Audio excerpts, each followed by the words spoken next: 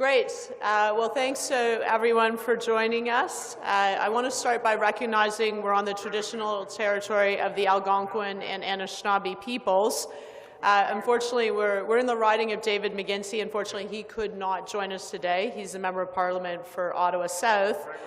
I'm certainly delighted to be joined virtually and in person by a number of people, including my good friend, Minister Champagne, who is the Minister of Innovation, Science and Industry, but also he has a lot of experience in this space because he was the former Minister of Infrastructure. I'm thrilled to be here with the Mayor, Mayor Jim Watson.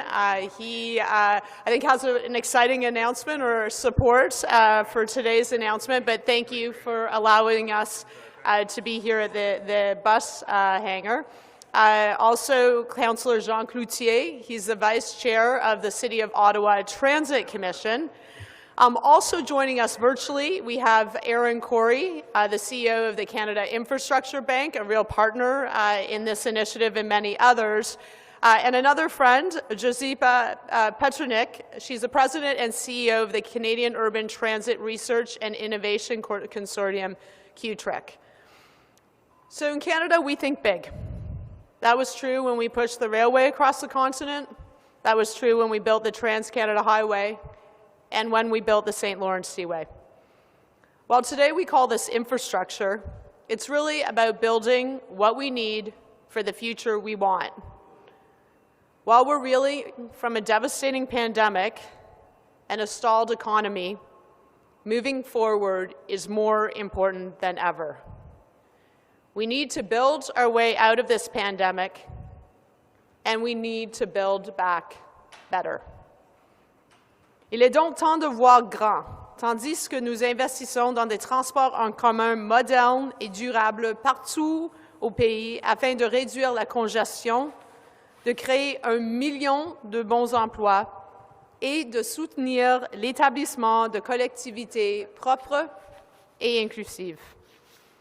Our government has been making historic investments in public transit projects. Since 2015, we've invested more than $13.6 billion in over 1,300 transit projects from coast to coast to coast. But we recognize that this is just a start. A couple of weeks ago, I joined the Prime Minister and Environment Minister Jonathan Wilkinson as we announced an additional $14.9 billion in new public transit funding over the next 8 years. That's for projects and programs that can go ahead quickly, make a big difference in the lives of Canadians, meaning cleaner air, but also making sure that we do our part to tackle climate change. Un financement à long terme stable qui donne aux autorités de transport en commun la confiance de développer, d'agrandir et de moderniser le réseau de transport en commun, pendant que les Canadiens reconstruisent notre économie et s'emploient à s'atteindre la neutralité carbone d'ici 2050. That's why I'm so happy to be here today to announce that our government is moving forward quickly and ambitiously to have 5,000 zero-emission buses across Canada with an investment of $2.75 billion for city buses and for school buses, as well as charging infrastructure. This is a huge opportunity for Canadian companies and for good Canadian jobs, because Canada is a global leader in producing these buses. From Lion Electric in Novabus au Québec, to New Flyer in Winnipeg, Manitoba, to Green Power Motor Company in BC, Canadian companies are leading the way. Je suis très heureuse d'annoncer aujourd'hui que notre gouvernement va d'avance avec ambition et vite pour avoir 5 000 autobus à émissions zéro à travers le Canada, avec un investissement de 2,75 milliards de dollars pour des autobus urbains et des autobus scolaires. C'est une très grande opportunité pour les entreprises canadiennes et pour de bons emplois pour les Canadiens, puisque le Canada est un leader mondial pour la fabrication d'autobus électriques au Canada. Novabus, Lyon Electric, New Flyer, et Green Power Motor Company. This means better public transit, cleaner air, quieter streets, and a planet safe for our kids and future generations. Canadians want us to get behind smart ideas that will fight climate change and improve daily life. That's exactly why we're investing in public transit and why we're investing in zero-emission transit and school buses. De meilleurs transports en commun, un air plus propre, des rues plus calmes et une planète plus sûre pour nos enfants et les générations futures. Les Canadiens veulent que nous soutenions les nouvelles idées qui permettront de lutter contre les changements climatiques et d'améliorer la vie quotidienne. C'est pourquoi nous investissons dans le transport en commun et dans des autobus électriques et des autobus scolaires à émissions zéro. Let me be clear. Putting in place the conditions to grow a robust Canadian zero-emission bus manufacturing sector is just one part of a wider movement to make Canada a global leader in electric vehicles and other non-emitting transportation technologies. Canada has the skilled labor, the expertise, the manufacturing, and the raw materials to make the most of the coming zero-emission vehicle revolution. We have the rare earth metals we can mine for the amazing new advances in battery technology that we see every day. We have world-class research and development, whether it's Ballard fuel cells out of Vancouver, or exciting research at the University of Calgary, or the work Tesla is doing with Dalhousie University on battery technology in Halifax. Also, we have the newly charged Canada Infrastructure Bank, which has a mandate to invest $1.5 billion to finance the purchase of zero-emission buses as part of its 3-year ambitious growth plan.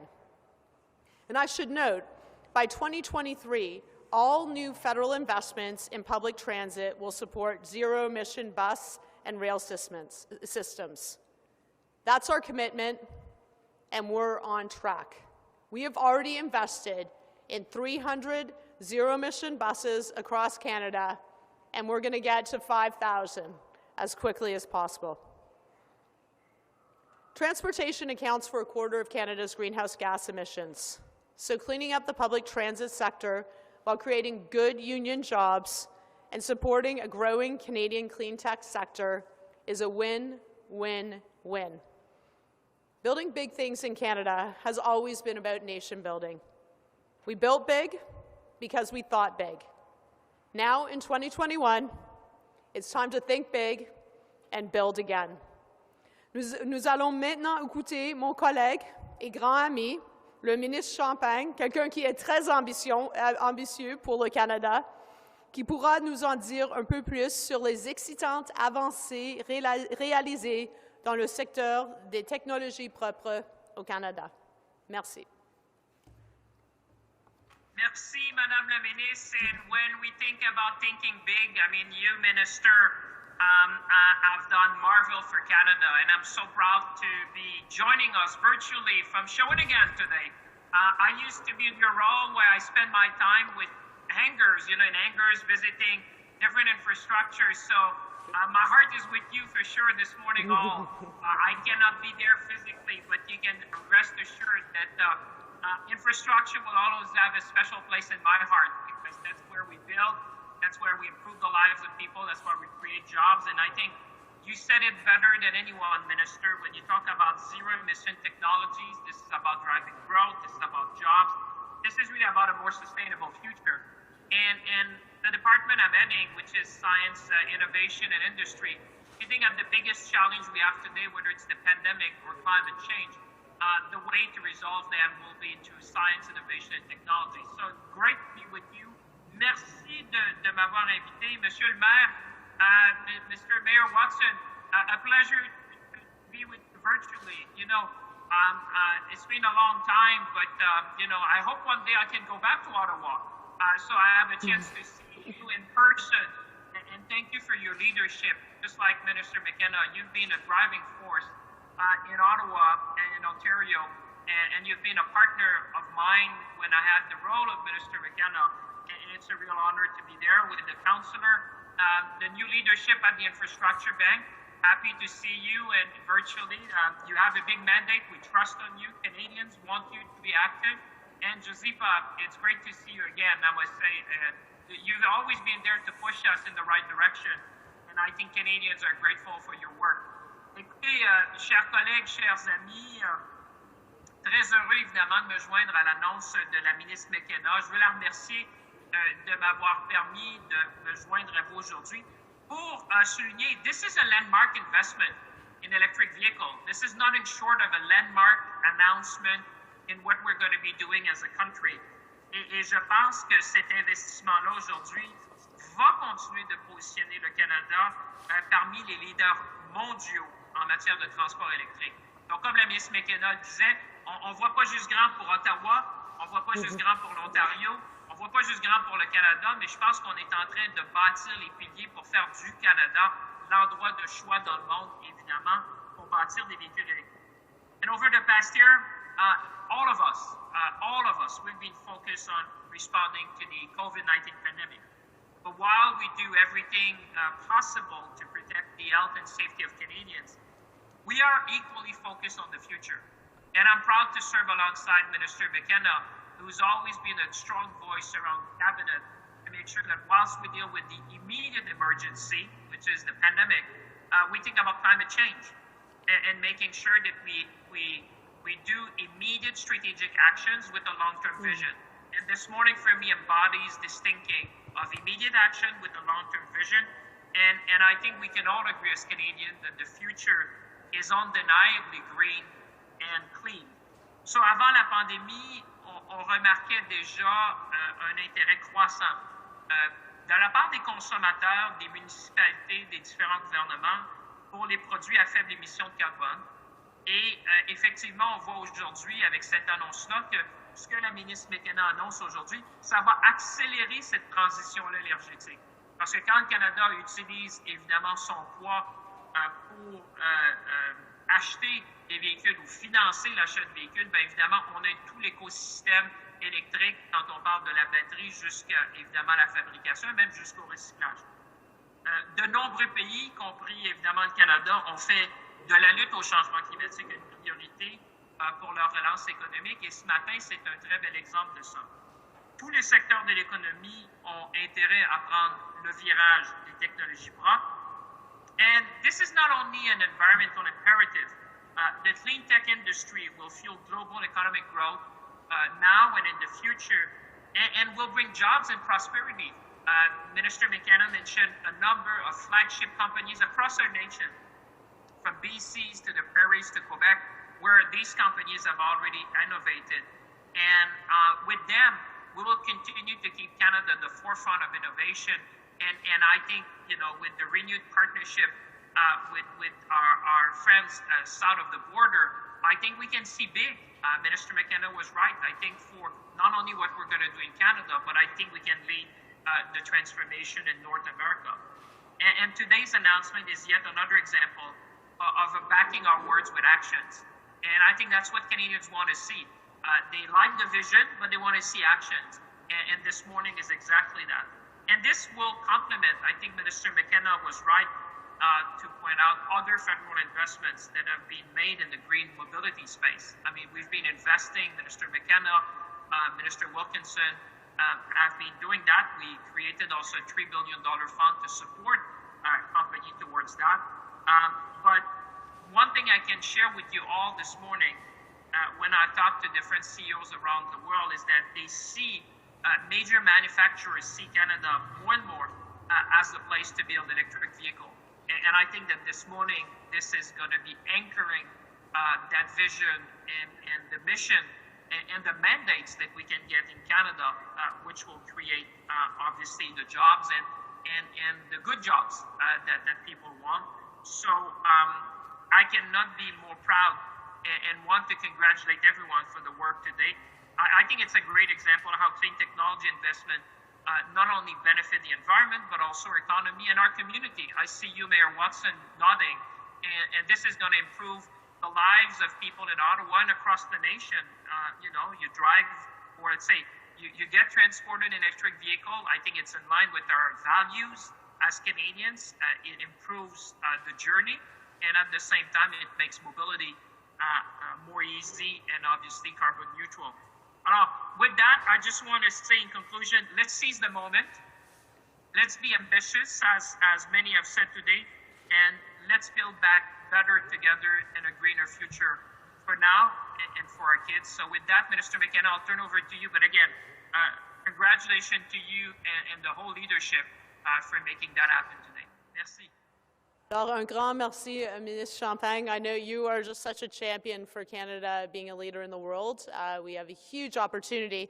But I'm also excited because what happens when you demonstrate leadership and you have investments to be making at the federal level, you see leadership at the local level. And that we can be really supporting, we have been supporting through the pandemic, municipalities across the country, and now we want to work with them.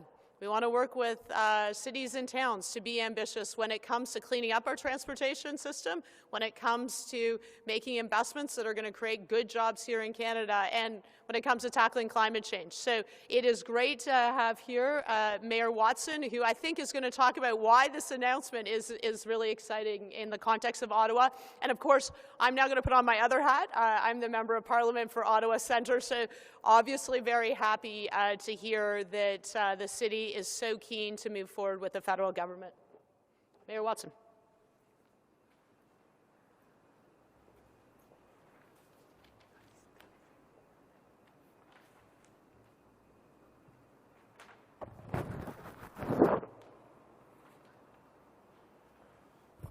Well, thank you very much, Minister McKenna, Monsieur le Ministre Champagne. I love the Minister's enthusiasm. All the way from Shawinigan, I have great fond memories of our dinner together in Westboro, and we solved a lot of problems of the world that evening over brisket and macaroni and cheese. So great to see you. And Catherine, of course, is such a champion for not only the environment, but for infrastructure and the great work that she has done and your government has done partnering with the municipal sector. I also want to recognize Aaron Corey, CEO of the Canada Infrastructure Bank, and Ms. Pertunik, President and CEO of the Canadian Urban Transit Research and Innovation Consortium. I send regrets from my colleague and friend Alan Hubley, the chair of OC TRANSPO, was not able to make it today, but we have the vice chair, Monsieur Jean Cloutier, qui représente 7 quartiers aussi de Alta Vista. And ministers, this is the exact garage that we will be charging the buses when our first order of buses, electric buses, arrives later this year. And on my way over here, I was telling Minister McKenna, there was a bit of commotion on the off-ramp by the 417 and Saint Laurent Boulevard, and I noticed there are 3 or 4 of our trains that have arrived from Brampton, all covered up in plastic, and they're on their way over to, I guess, the Belfast Yard. So that was very timely indeed.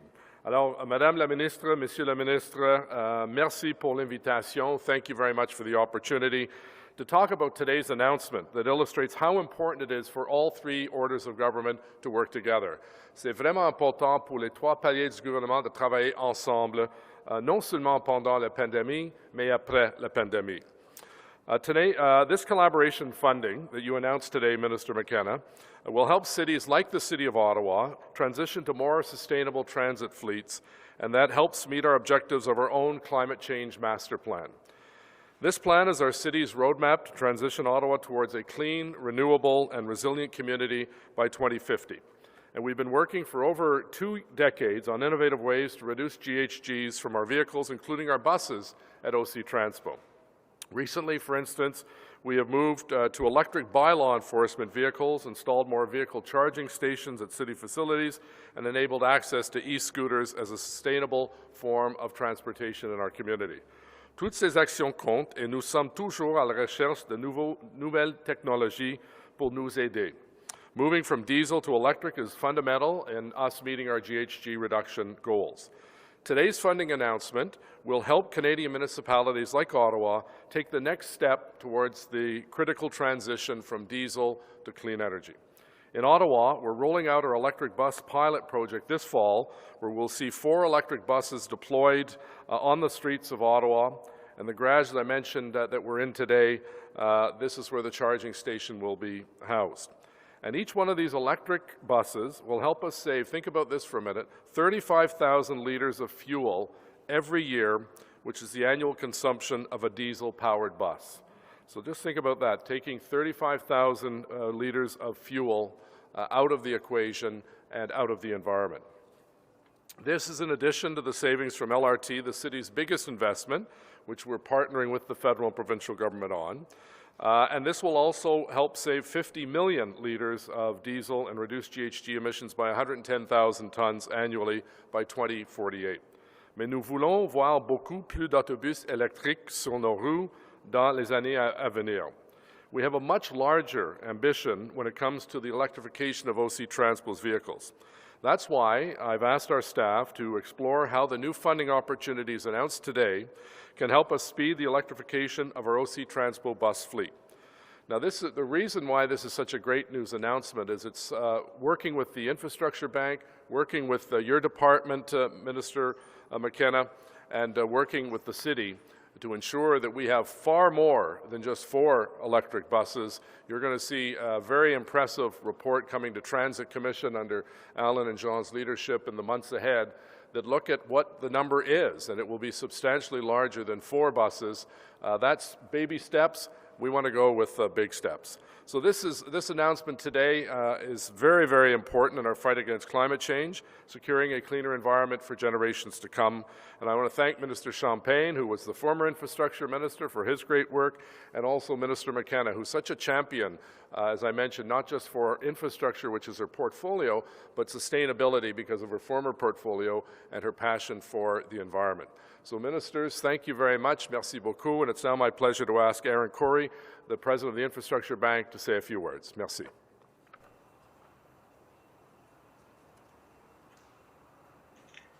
Thank you, Mayor Watson, and thank you, Minister McKenna, for inviting me to join you. It's a pleasure to be with you virtually, at least, and I look forward to the day when I can join you in person in a bus hangar. At the Canada Infrastructure Bank, we're focused on making investments in infrastructure that generate economic growth, that create jobs, and that make our economies and communities stronger and greener. And investments in public transit are a core part of the focus of the bank. Last fall, as Minister McKenna highlighted, the CIB launched our $10 billion growth plan, which established a series of concrete investment priorities for the near term that meet these triple goals of closing infrastructure deficit, accelerating the transition to a low-carbon economy, and supporting jobs and economic recovery given the situation we find ourselves in. Investments in zero-emission fleets are one of the 5 priority initiatives in that growth plan. And as the Minister mentioned, the CIB's goal is to invest $1.5 billion to support municipalities and other fleet owners in converting to electric and other zero-emission solutions over the coming 3 years. Financing challenges are often the limiter to the development and expansion of clean transit systems. And the CIB, the design of our program is meant to address the barriers that bus owners and operators face by financing the higher upfront cost of buying zero-emission buses and leveraging the long-term substantial operating savings that these investments create. Because in addition to their climate benefits, as the Mayor highlighted, they also come with significant cost savings. The funding announced by the Minister today complements the growth plan of the CIB and opens the opportunity for coordinated investments, as the Mayor mentioned. We can work together now, the combination of the government grant funding and our CIB's innovative financing tools, to be a catalyst for more municipalities to make the switch to cleaner buses at large scale across Canada. Leveraging the combination of the grant and our money puts us on a path to achieving the government's goal of 5,000 zero-emission buses. Minister, thanks again for having me. I really look forward to our teams continuing to work together to showcase Canada as a leader in zero-emission buses. And Mayor Watson, we look forward to continuing to work with the City of Ottawa and municipalities across the country to make this a reality. Thanks. Now I want to invite Dr. Josipa Petrunik from Cutric to deliver remarks. Josipa, over to you. Thank you very much, Aaron. Minister McKenna, Minister Champagne, Mayor Watson, Aaron, all of the team at the Infrastructure Bank and Infrastructure Canada, merci pour l'opportunité d'être ici avec vous aujourd'hui. I'm joining you from the beautiful undulating hills of St. Catharines, and from this beautiful perch up here in the Niagara region, Minister, I will emphatically and unapologetically say that this is what happens when you get a woman as a Minister of Infrastructure and a woman as Minister of Finance. You get feminism in action in the form of great public transit innovation that protects the climate while liberating women. Women who, by the way, are the majority of transit riders in Canada today, and we're giving them the better mobility that they deserve to get back to work safely, securely, to revivify this economy post-pandemic. So thank you, as a woman and as a transit rider, for all of your efforts here. But I have to say emphatically as well how transformational this funding is from a technological standpoint and from a transit operational standpoint. The reality is that decarbonizing transportation, and especially electrifying transit, is not like a simple Jenga puzzle where you take one piece out of the front and you put it in the back, and it comes out as a diesel bus and it goes in the back as an electric bus and the whole structure stays standing. This is much more transformational. This is about knocking down the entire structure and rebuilding a better infrastructure going forward that looks completely different. If you work in the industry, you've been around electric buses, as Mayor Watson, you have been, you will know that this is complex stuff. It involves a different set of propulsion systems. It involves batteries and hydrogen fuel cell tanks. It involves electrolyzers and high-powered chargers, some of which will be part of our urban environment. It involves energy storage devices and smart charging controls. This is so much new technology, and transit needs the support to be able to make this transformation active in its own communities. It is very difficult, and this funding today is going to help transit de-risk that entire process and help to build a better Canada. And we know across Canada in our northern communities that there is absolutely a pressing need for zero emissions and renewably fueled transportation systems. But across the south, we already have major leaders in this country that are establishing a marketplace, that have already taken the risk to be leaders out there before the funding was even arranged, and that are going to hoover up this money lickety-split. So, Minister, I have no doubt that this money will be used faster than the government can probably write the checks. Because if we take a look from west to east, we have not only the leadership at OC TRANSPO, but we also have the leadership at TransLink, which was Canada's first system to deploy in recent years interoperable and standardized electric buses. We have BC Transit that has dedicated itself to zero emissions in the future and was Canada's first system to deploy hydrogen fuel cell buses a decade ago. We have Edmonton Transit that has launched one of the most innovative energy deployment systems at its facilities to electrify its buses in one of the coldest climates in this country. We have Winnipeg Transit that was the first to launch battery electric buses in Canada with a major trial in Winnipeg at the airport that supports job growth at New Flyer. We have York Region Transit in Brampton that have been world leaders in launching the biggest deployment of over a dozen interoperable and standardized high-power charger buses in and around the Greater Toronto area. We have Toronto Transit Commission that's launched the biggest deployment of depot charge buses, and we have leadership in Montreal and Laval in terms of deploying a multiplicity of electric buses in their fleets. Lastly, we have leadership in Mississauga in looking to deploy Canada's Return to Hydrogen project in the near future. Even in Cape Breton, in Burlington, in London, in Quebec City, we have agencies that have already taken action to plan for this really complicated transformation. So, ministers, we're ready. We're roaring to go. There is a pent-up appetite for this, and the job growth and creation is allied to the low-carbon economy that we all want to live and work in the future. I very much look forward to helping our transit agencies spend this cash. There's no doubt about that, dynamically and in a way that will necessarily build us a better society. Ministre, merci pour tous vos efforts. C'est vraiment quelque chose d'incroyable, mais aussi nécessaire pour le futur du Canada. Thank you on behalf of transit, on behalf of women as transit riders, on behalf of those of us who want to build back better in Canada in a low-carbon economy. Thank you for doing today what Canada needed done decades ago. I jump for joy. I think that was amazing. Thank you, Josipa, because it really is a partnership of so many different people. As you say, this is a complex transformation, but a huge opportunity for Canada. I do think you're one of those women who gets things done, and you've been emphasizing the huge opportunity. So I'm glad that you're here, and I'm glad you've highlighted so many municipalities across the country who are leading the way. This is a huge opportunity for Canada. We've got the financing, we've got the bank there, we've got the federal government, we've got municipalities, we've got QTRIC, we've got transit authorities, we've got the technology, we've got the companies, and this is a great story for Canada, and we're going to show the world how we can be ambitious and how we can do this transformation. So with that, I think that, I don't know, I think we should all just be cheering. It's very hard because we're all in this virtual world mainly. But anyway, a huge thanks to everyone who joined. And I think that is it for our event. So now we'll just take some questions. Hello, I just want to make sure that you're able to hear me correctly. My name is Chantal. We can hear you, Chantal. Perfect.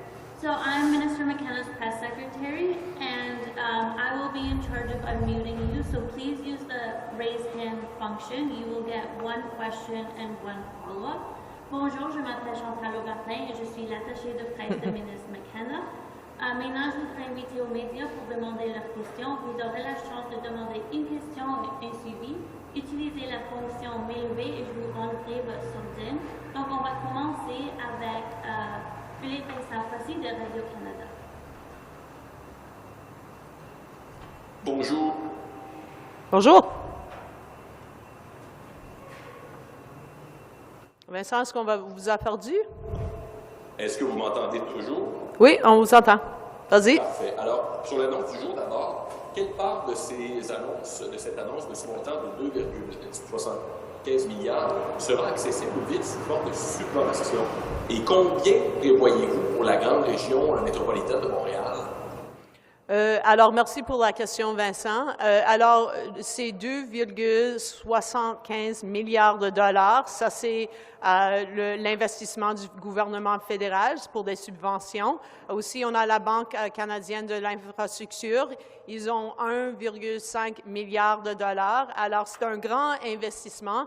Et c'est pour aller en avance vite. Je sais, Montréal, c'est un exemple d'une municipalité qui a beaucoup d'ambition. J'ai parlé beaucoup avec la maire, Valérie Plante, de son ambition. J'ai eu la chance d'aller sur des autobus électriques. Alors, nous sommes prêts. Alors, nous voulons voir c'est quoi les demandes des municipalités parce qu'on doit aller en avance. On ne veut pas attendre du tout. On a besoin, on est dans la plus grande crise économique qu'on a déjà vue. Et alors, on doit avancer, ça va créer de bons emplois, il y a des opportunités et le financement est là maintenant.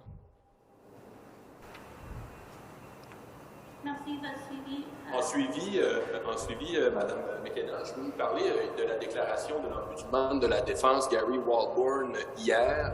Le ministre de la Défense, Hargit Sajjan, selon lui, savait depuis 2018 que le chef d'état-major était visé par des allégations d'inconduite. Il n'y a rien qui a été fait. M. Vance est resté en poste. Question pour vous. Est-ce que vous avez encore confiance en M. Sajjan? Oui, bien sûr, j'ai confiance dans le ministre Sajjan. Et je vais être clair que notre gouvernement prend très au sérieux des allégations comme ça et on agit. Alors, c'est une priorité pour moi, c'est une priorité pour le ministre, c'est une priorité pour notre gouvernement.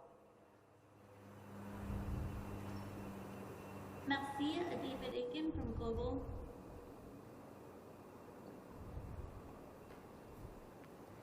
David? Hi, everybody. Question for the ministers. A bit of a change of transportation discussion. I know we're talking about buses today, but I wondered if I could ask you a little bit about air transportation, just in the context that neither Minister Alghabra nor Minister Freeland are available today. But there is word that a deal with the airlines is imminent that would allow many annoyed airline passengers to get refunds. And I wondered if either of you could speak to the intent of Cabinet to see that negotiation through quickly and the importance for Cabinet to get some refunds for airline passengers while protecting air service and protecting jobs in the airline sector. Well, I would just say we've been really clear that refunds are a precondition to any deal. That is extremely important. We all hear from Canadians who want to be compensated, who want to get their refunds. And I know a lot of hard work is going on, Minister Alghabra and also Minister Freeland, to get a deal. I'm certainly not here to announce any deal, but I know that there's some good progress being made. Thank you very much. That's all I have today. Thank you, David. Maintenant, Julien Paquette.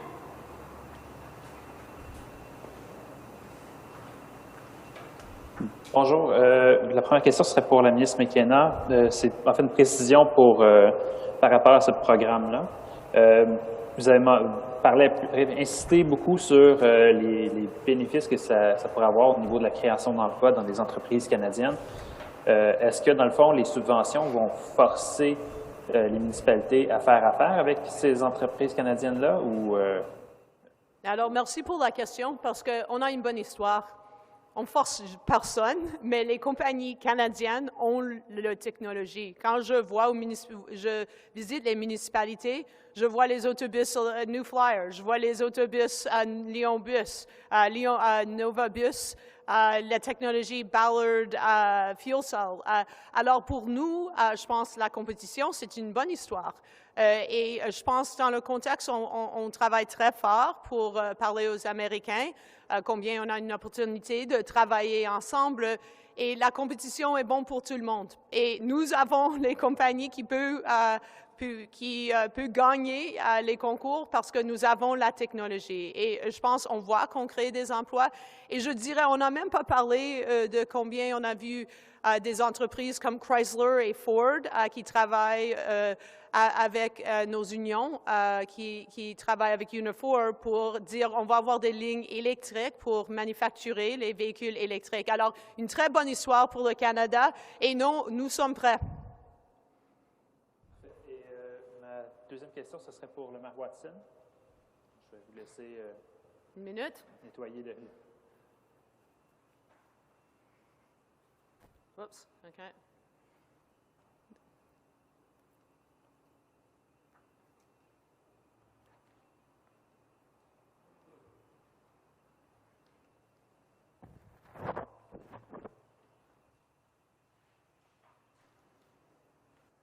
Salut, Julienne. Bonjour. Bonjour. Alors, évidemment, j'ai hâte d'entendre plus de détails par rapport à ce que cette annonce-là veut dire pour Ottawa à la réunion de la Commission du transport en commun. Mais en attendant, je voulais vous poser une question sur des informations qui sont sorties hier à l'effet qu'il y a un potentiel retard qui va jusqu'à 4 mois pour les travaux de la phase 2 dans le sud du train léger. Donc, est-ce qu'il y a des inquiétudes sérieuses à y avoir là? Bien, certainement, notre personnel travaille avec le groupe qui est responsable pour le train léger nord-sud. Il estime que c'est une possibilité de 40 jours pour compléter le projet, probablement septembre, octobre 2022. Mais j'ai beaucoup de confiance avec le groupe et aussi notre personnel. Et comme notre directeur de transport commun a dit il y a 2 jours qu'il y a une pandémie et il y a des effets sur les personnes qui construisent les trains légers à Brampton. Ça, c'est un hotspot pour COVID-19. Alors, il y a des défis là. C'est la même chose avec des personnes qui sont des experts qui habitent en France, par exemple, pour la compagnie qui construit les trains légers. Et ce n'est pas possible de retourner au Canada pour 4 ou 5 mois. Alors, il y a des problèmes comme ça, mais ce n'est pas à ce moment très sérieux. On pense qu'il y a peut-être une délai de 40 jours, 45 jours, quelque chose comme ça. Merci. Merci beaucoup. Now we're going to Craig Lord from Thanks. My question is also for Mayor Watson, if he wants to stay up there. Hi, Craig. Hi.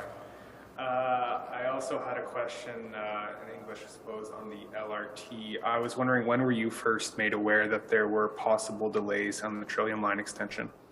I usually get briefed 3 or 4 days before a particular meeting, so 3 or 4 days before our meeting, which took place on, I've lost track of time, Tuesday, I guess.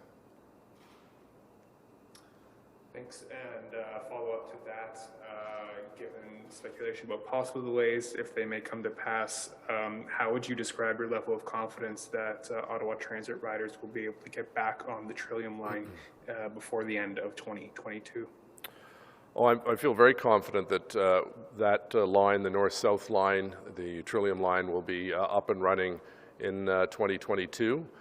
Whether that's September 1st or September 30th, obviously, as I indicated in French, there have been a number of challenges with a number of large construction projects across Canada as a result of COVID-19 and the impact it's had on those particular companies. A good example is our trains, which I saw 3 or 4 of them being delivered today, are manufactured and assembled in Brampton. And Brampton, in the Peel region, is one of the hot spots for COVID-19, and they've had a number of their employees that have tested positive and had to leave the site. So that slowed down some of the work with the vehicles, but we've built in time to ensure that these kinds of things do not jeopardize the east-west route.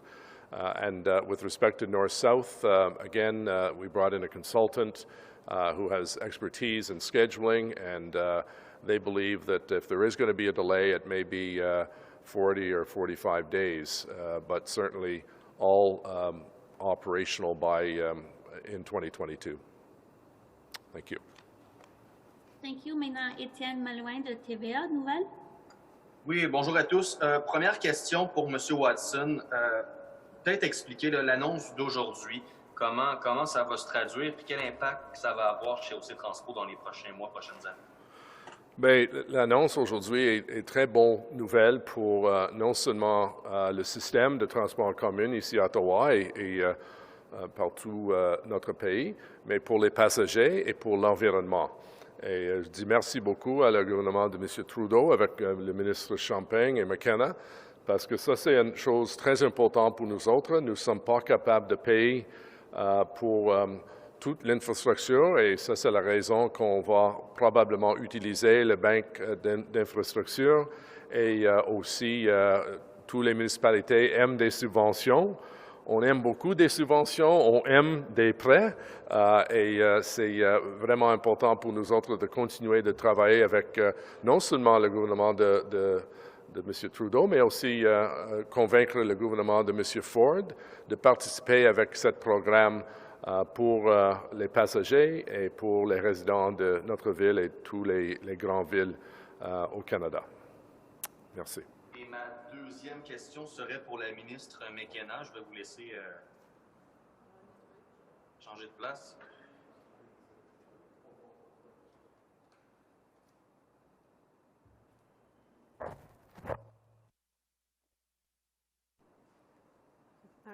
Un grand merci. Vous nous aidez beaucoup. Beaucoup de travail. Oui, bonjour. J'aimerais vous entendre sur le projet de tramway entre Gatineau et Ottawa. On est rendu où dans ce dossier-là? Parce que certains espéraient peut-être que c'était l'annonce d'aujourd'hui. On est rendu où dans ce dossier-là? Alors, on travaille de très près avec le gouvernement du Québec et aussi le gouvernement de Gatineau. Je pense que c'est une grande opportunité. C'est sûr qu'on doit être conscient, c'est l'argent des comptables. Alors, on doit avoir comment est-ce qu'on dit ça, le business case, mais moi, je suis certaine qu'on va voir ça bientôt. Et on a fait l'annonce qui a été faite il y a quelques semaines avec le premier ministre. 15 milliards de dollars pour investir dans de bons projets qui sont prêts à aller dans les prochaines années. Alors moi, j'espère que je vais avoir la chance de faire une annonce avec le gouvernement du Québec et avec le maire de Gatineau. Mais attendez, ça ne va pas se faire aujourd'hui. Thank you. Now, John Willing from the Ottawa Citizen. Thank you. It's a question for Mayor Watson. Okay. We should probably do this like, does anyone have a question for the mayor? Does anyone have a question? But, all right, just a second.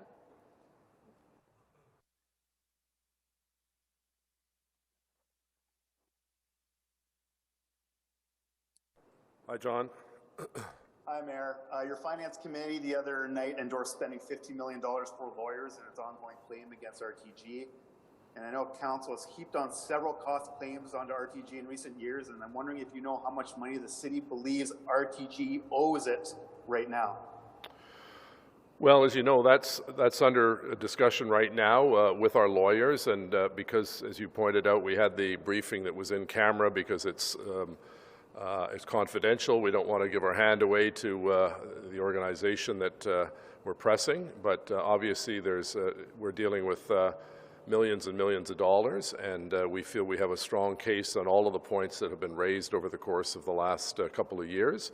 We're also pleased that we've started to see a significant increase in the reliability and the performance of the LRT system, and got a lot of those initial bugs out of the system, whether it's the doors or the CBT system or the brakes and wheels and so on. So we're in a much better place, but we still have outstanding issues that have to be dealt with, and whether they go to mediation, arbitration, or end up in the courts, we feel we have a very solid case and obviously the evidence to back up our claims. But in terms of the actual amount, our solicitors have advised us that we not talk about that because we don't want to disadvantage our case against RTG. Thanks, Mayor. Related to the issue today with the e-buses, the City of Ottawa, as you know, bought hybrid buses some time ago, and they failed to realize savings, and they presented more problems for the city, if I recall, than what they thought they would. And how do you sell the constituents the idea of buying e-buses for the fleet when the city experimented with different technology in the past and ultimately failed? Well, I think for the simple reason that technology has come a long way over the last 20 years, and you heard our guests talk about those municipalities throughout the country, both in cold climates in northern Canada and warmer climates in southern Canada, that the technology is significantly better and more reliable. And we've got a great story to tell in terms of Canadian expertise in technology and manufacturing in different parts of the country that will build these buses. As you know, we've put out a tender, and our first 4 buses coming later this year are from Winnipeg, New Flyer. And the purpose of bringing in those 4 buses is to give us, as the customer, and our customers at OC Transpo, an opportunity to test the buses. We have, as you know, a pretty unique piece of geography. We're a large city, 2,600 square kilometers. The cities of Calgary, Edmonton, Vancouver, Montreal, Toronto all can fit within the boundaries of the City of Ottawa, and we're still 100 square kilometers bigger. We have all 4 seasons, very distinct all 4 seasons, with lots of snow and lots of really cold weather.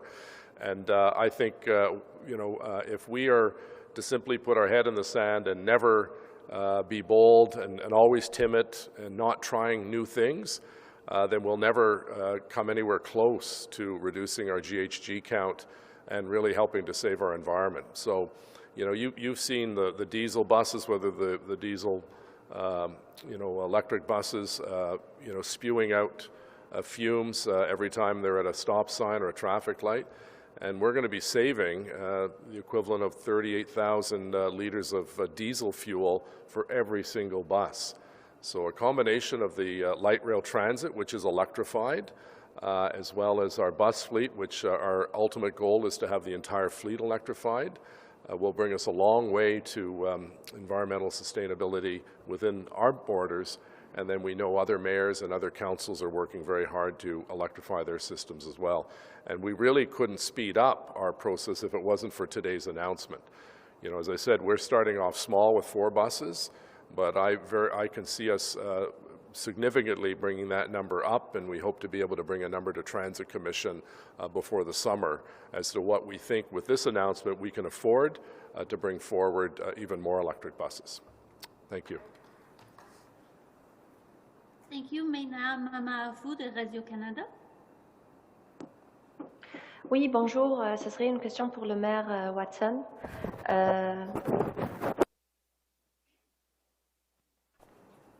Oui, bonjour. Bonjour, Monsieur le maire. Ce serait une autre question par rapport à l'annonce d'aujourd'hui. En fait, je ne sais pas si vous avez des chiffres concrètement, combien Ottawa va bénéficier de bus électriques, quel est, parmi l'enveloppe du fédéral, combien d'argent ira pour OC Transpo pour avoir une flotte de bus électriques. Donc, je ne sais pas si vous avez un peu plus de détails par rapport à ça. Oui, mais avec cette annonce de les ministres Champagne et McKenna, nous sommes prêts de travailler avec notre personnel et le personnel de le gouvernement fédéral pour déterminer les totals et les montants. Alors, pour le moment, on ne sait pas ça parce que c'est le premier jour de cette annonce, mais avec cette bonne nouvelle pour nous, on va travailler avec le département de Mme McKenna et le banque infrastructure de M. Corey et déterminer le total et est-ce que c'est abordable pour 30, 40, 50 autobus. On va déterminer ça et développer un rapport pour le conseil d'administration pour OC TRANSPO. J'espère qu'avant le commencement de l'été. Concrètement, de ce que j'ai compris, on aura quand même 4 bus électriques dans la flotte de ces transports pour l'automne prochain, c'est ça? Oui, pour cette année. C'est notre projet pilote. C'est seulement 4 autobus, mais je pense que c'est important pour nous de tester des autobus dans notre environnement ici. Mais avec cette annonce aujourd'hui, c'est possible pour nous autres de commander plus des autobus électriques pour OC TRANSPO. Alors, c'est vraiment une opportunité excellente pour nous autres parce que sans cette annonce aujourd'hui, ce n'est pas possible pour nous autres comment est-ce qu'on dit, enlarge le fleet de OC TRANSPO. Merci. Et ma question suivie pour vous aussi, M. Watson, ce serait par rapport à votre Pas de questions pour M. Champagne? Moi, je m'occupe des nouvelles locales, donc ce serait pour vous. Donc, par rapport à l'annonce, par rapport à votre tweet d'hier concernant vous avez exprimé votre inquiétude par rapport à la propagation du virus ici à Ottawa. Pourquoi est-ce que vous voyez que les chiffres vous inquiètent? Est-ce qu'on pourrait passer au rouge prochainement, selon ce que vous voyez, selon les indicateurs? Oui, certainement. Je travaille avec Dr. Etches et on voit des numéros qui ne sont pas positifs, qui n'est pas dans la direction correcte. Alors, ça, c'est la raison que j'ai donné ce message. Aussi, Dr. Etches et Santé publique donnaient le même message. C'est le temps d'être prudent avec la situation parce que nous sommes dans la catégorie orange et ce n'est pas bonne nouvelle pour des petites entreprises si le gouvernement de la province dit « Alors, Ottawa, vous êtes en rouge maintenant ». Alors, c'est important de continuer de laver les mains, utiliser un masque, la distance sociale, des choses comme ça. Et ça, c'est mon message. S'il vous plaît, les résidents d'Ottawa, suivre des règlements de santé publique d'Ottawa. Merci. Thank you. Jordan Press from the Canadian Press. Good afternoon, I guess, at this point. My question is for the Minister.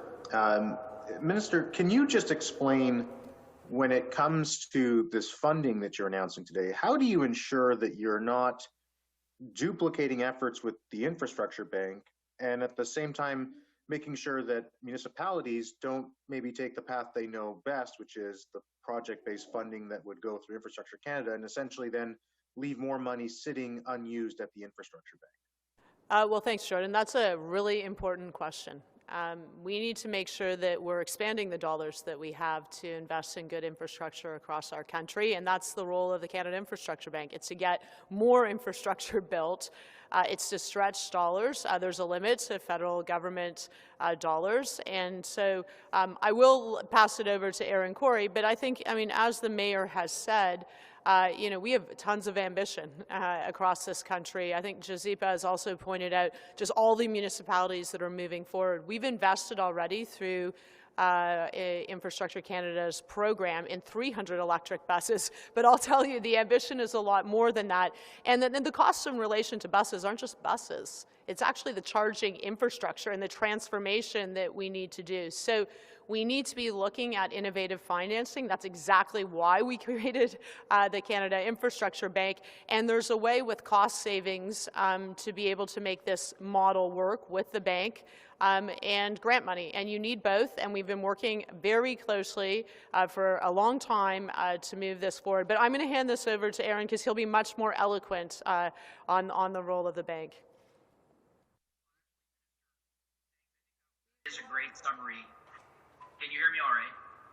Yeah. Look, there is a wonderful case based on the savings potential that comes from the conversion to electric fleets. And as you say, the CIB is set up to look for these sorts of commercial opportunities where we can leverage the revenue that comes out of investments in infrastructure. And we look at energy retrofits in building would be the same example. You invest in a building, you create energy savings. Those have a ability to pay themselves off and to make a low interest loan from the bank, take the risk on the technology, take risk on the scale up, and use our money to get more built. And as the minister says, what that does is it grows the pie. It allows us to do more with the same amount of tax dollars. But we also have to be realistic, as the minister points out, that the savings that come from the conversion to an electric fleet, they can cover the cost of the bus, the higher upfront cost of the bus, almost always.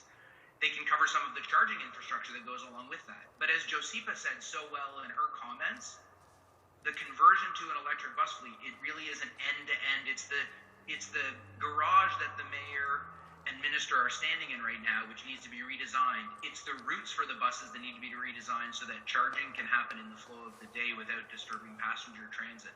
So it's quite a from-the-ground-up reinvestment. And the savings will pay for a lot of that, but not for all of it. And that's why the combination of a grant from the government, a subsidy, combined with a loan against savings together will allow us to get the most done. It allows us to make wholesale change quickly and do so at minimal impact to taxpayers.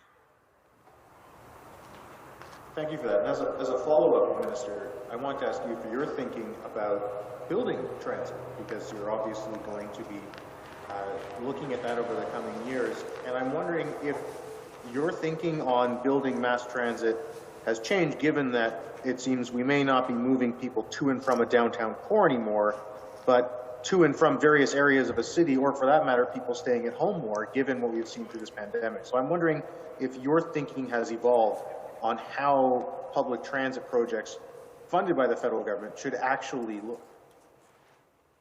Well, I think my thinking has evolved only in the sense that we need more and better public transit.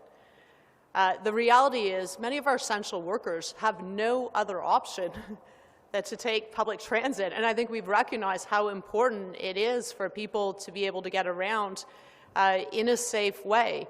And I think the other thing is that I think we recognize that we're going to get out of this pandemic, but we're still going to have the climate crisis. And so we have to tackle emissions in our transportation sector. It's a quarter of Canada's emissions, but this is a great news story because this is a huge economic and jobs opportunity for Canadians and Canadian companies. We are a world leader in manufacturing electric buses.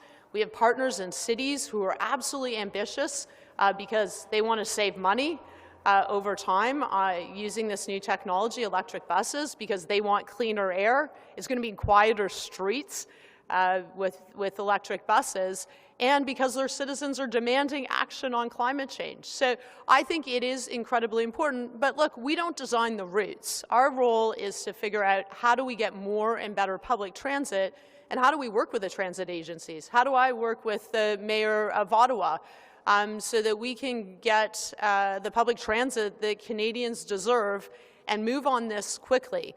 And the other thing is, I mean, we do need to restart our economy. We're in the greatest recession since the Great Depression, and this is a huge opportunity. As we invest to restart our economy, we should be doing it in ways that are going to create jobs, grow our economy, make us more competitive as a country, that tackle climate change, and also build more inclusive communities. And going back to where I started, that a lot of people rely on public transit. They don't have other options.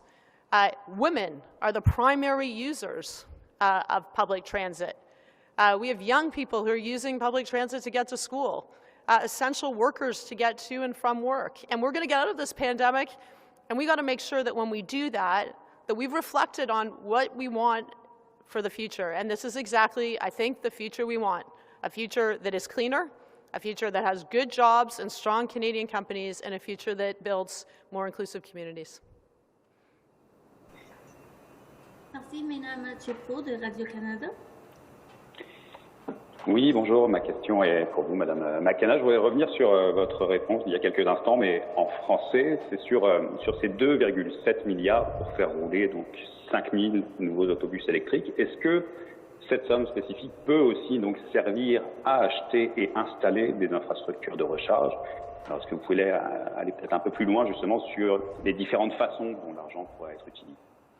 Alors, ça, c'est une bonne question. Alors, l'investissement, c'est 2,75 milliards de dollars, puis aussi l'investissement de la Banque canadienne d'infrastructure, 1,5 milliard de dollars. Alors, ça, c'est pour un investissement dans les autobus, mais aussi dans le rechargement. C'est vraiment important dans les dépôts d'autobus parce qu'on a besoin de ça aussi. Alors, si on veut avoir 5000 autobus, on doit faire beaucoup d'autres choses. Alors, on a besoin d'avoir un grand investissement et je pense qu'il y a une grande opportunité. Mais je ne sais pas si vous parlez du chargement des véhicules électriques. Alors, les véhicules dans la rue, c'est sûr qu'on investit aussi dans le chargement. Ça, c'est tellement important. Et je pense que c'est notre stratégie, une grande stratégie bien industrielle, une stratégie pour les communautés, c'est d'électrifier tout notre système de transport. On doit faire ça et on y avance aujourd'hui. Merci, c'était tout pour moi. And last one, Kate Porter from CBC. Hi, everybody. My questions were for Mayor Watson as well. He had to leave, I believe. Unfortunately, he isn't here right now, but was it just for the mayor? Yes, they were pilot project related questions. Maybe I'll ask one of yourself, though, Minister McKenna. Because you live here, what do you see? Do you see challenges of just the scale of what needs to happen here with garages and charging stations as far as Barrhaven, Orleans, et cetera? So I only see opportunities. We've started, with 4 electric buses. That's a start, but we need to electrify our transportation system, and we have a huge opportunity when it comes to electric buses. And we're not reinventing the wheel here in Ottawa. Across the country, you have municipalities that are, further north. You have municipalities that are smaller, that have big distances to go, and the technology has improved so greatly. You can do en route charging. And so we need to be investing in this technology, investing in the future. So the good news is we're here as a partner. As the mayor said, there's no way the city could do this alone. I think that you're going to see a lot more ambition from municipalities. I think you heard it from the mayor of Ottawa. This has changed his thinking about a step change right now. How do we move to electrify the entire fleet? So I certainly encourage all the municipalities across the country, be ambitious. Think creatively. The technology is there. You have people like Josipa who can help you. The Q-Trick is a great partner in explaining the technology and coming up with solutions. We have the Infrastructure Bank that's going to help on the financing side, and the federal government is there. So this is how we're going to make progress on climate change, which also, at the end of the day, that is the greatest crisis that we face. And we're all moving forward on this. But great announcement today. I think we're done. So with that, unless you have another question, Kate? No, I'm fine. Thank you. That's great. Okay, well, thanks very much. We guess we can't do pictures unless people want to do more Zoom pictures. But anyway, thanks very much, Aaron. Thanks, Josipa. Thanks, Jean. Thanks to the mayor for joining us. And Monsieur Champagne, mais il est parti. Bye.